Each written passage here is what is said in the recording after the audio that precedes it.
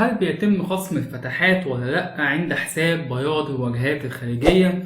سؤال بنتسأله كتير ومنبقاش عارفين ايه الصح وايه الغلط. طيب خلينا نتكلم ان كل حاجة بنقولها لازم تكون حاجة معتمدة ويكون ليها مرجع. فاحنا عندنا المواصفات المصرية القياسية بتقولك، او المواصفات العامة لبنود اعمال البياض بتقولك مش بخصم الفتحات اللي اقل من 4 متر مربع، والاكتر من 4 متر مربع بعمل ايه؟ بخصم نصها. جميل الكلام. يعني انا لو عندي مثلا واجهه بالشكل ده، الواجهه دي انا بحسبها، فانا هقيس كل فتحه من شبابيك الغرف، من البلكونات، ابواب البلكونات، من شبابيك السلالم، واشوف القصه ايه. في الواجهه الجانبيه طبعا في شبابيك الحمامات والمطابق، هقيسها واشوف لو هي المساحه بتاعتها اقل من 4 متر مربع خلاص هعتبرها مصمطه، يعني كاني مش شايفها فتحه. لو اكبر هعمل ايه؟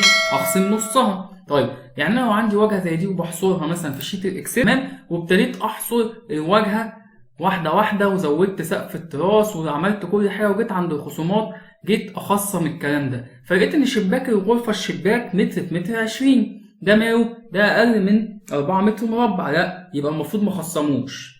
طب شباك السلم اقل، المفروض ما خصموش. شباك الحمام اقل، المفروض ما خصموش. ايه الحاجه الوحيده اللي ممكن تتقسم نصها؟ هو باب المدخل، لان هو متر 80 في 2 متر 40 يديني 4 متر و3 من 10، ساعتها هخصم ايه؟ نصه. اذا لو انا براجع شيت الحصر ده، فاروح جاي واخد كل الكلام ده اعمله ايه؟ اعمله كلير كونتاكت او اعمله ديليت لانه مش داخل معايا.